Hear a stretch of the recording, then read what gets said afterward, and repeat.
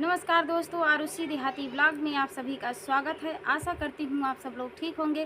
तो आज हम एक प्यारा सा, बहुत ही प्यारा सा देवी पचरक गीत लेकर आए हैं, देवी गीत लेकर आए हैं। आप लोग सुनिएगा और कमेंट में ज़रूर बताना देवी गीत आप सबको कैसा लगा। तो चलिए देर न करते हुए सुनाते हैं प्यारा सा माता रानी का भजन गीत।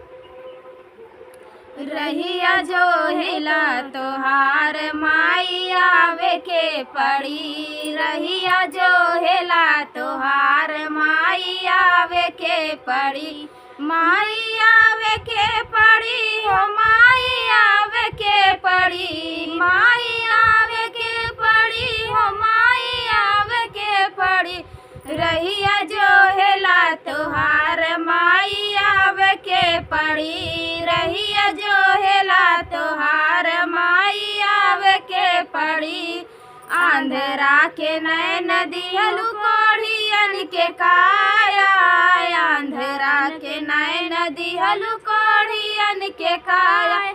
आज हमारा के दरस दिखावे के पड़ी, हो आज हमारा के दरस दिखावे के पड़ी।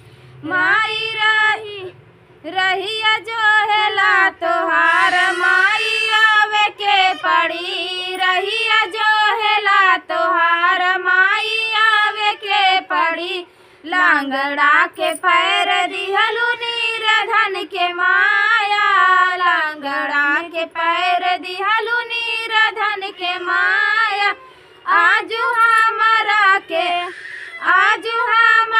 के दरस दिखावे के पड़ी, आज हमारा के दरस दिखावे के पड़ी।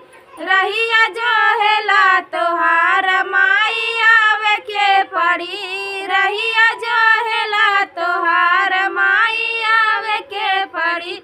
के पुत्र दिहलु बालका के विद्या, बाझिनी के पुत्र दिहलु बालका के विद्या।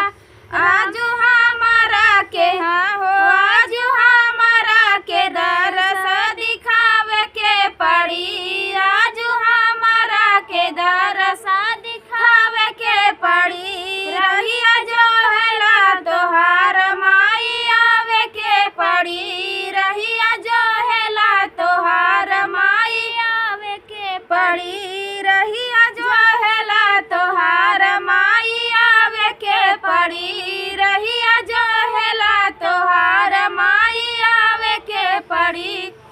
तो ये प्यारा सा देवी गीत आप सबको कैसा लगा दोस्तों, कमेंट में जरूर बताना। मिलते हैं अगले वीडियो में, तब तक के लिए जय माता दी।